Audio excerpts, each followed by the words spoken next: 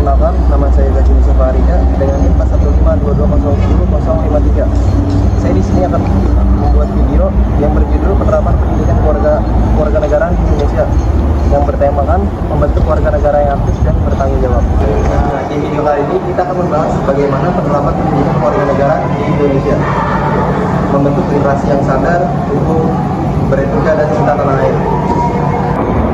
Apa itu pendidikan kewarganegaraan?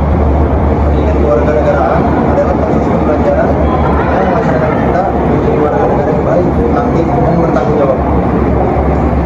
Yaitu meliputi Pancasila sebagai dasar negara, Undang-Undang Dasar 1945, dan hak dan kewajiban warga negara, Bhinneka Tunggal Ika, dan yang terakhir pentingnya negara kesatuan Republik Indonesia.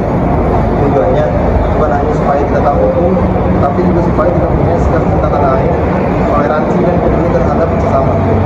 Contohnya penerapan kewarganegaraan di sekolah. Di sekolah, pendidikan kewarganegaraan diajarkan dari tingkat dasar hingga perguruan tinggi. Tapi penerapannya bukan hanya dari pelajaran.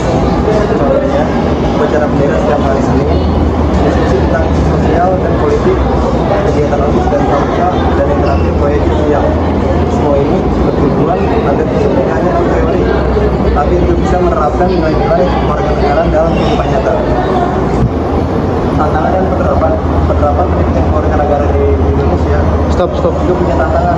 Misalnya masih ada kasus toleransi dan radikalisme, terutama di kalangan muda, kurangnya minat generasi muda terhadap politik dan hukum, dan yang terakhir pengaruh media sosial yang kadang menyebarkan hoax dan provokasi. Hal ini menunjukkan bahwa pendidikan PKN harus terus berkembang di zaman yang menanamkan literasi digital, toleransi serta kesadaran hukum sejak dini. Berikutnya ada pendidikan kewarganegaraan dalam kehidupan sehari-hari.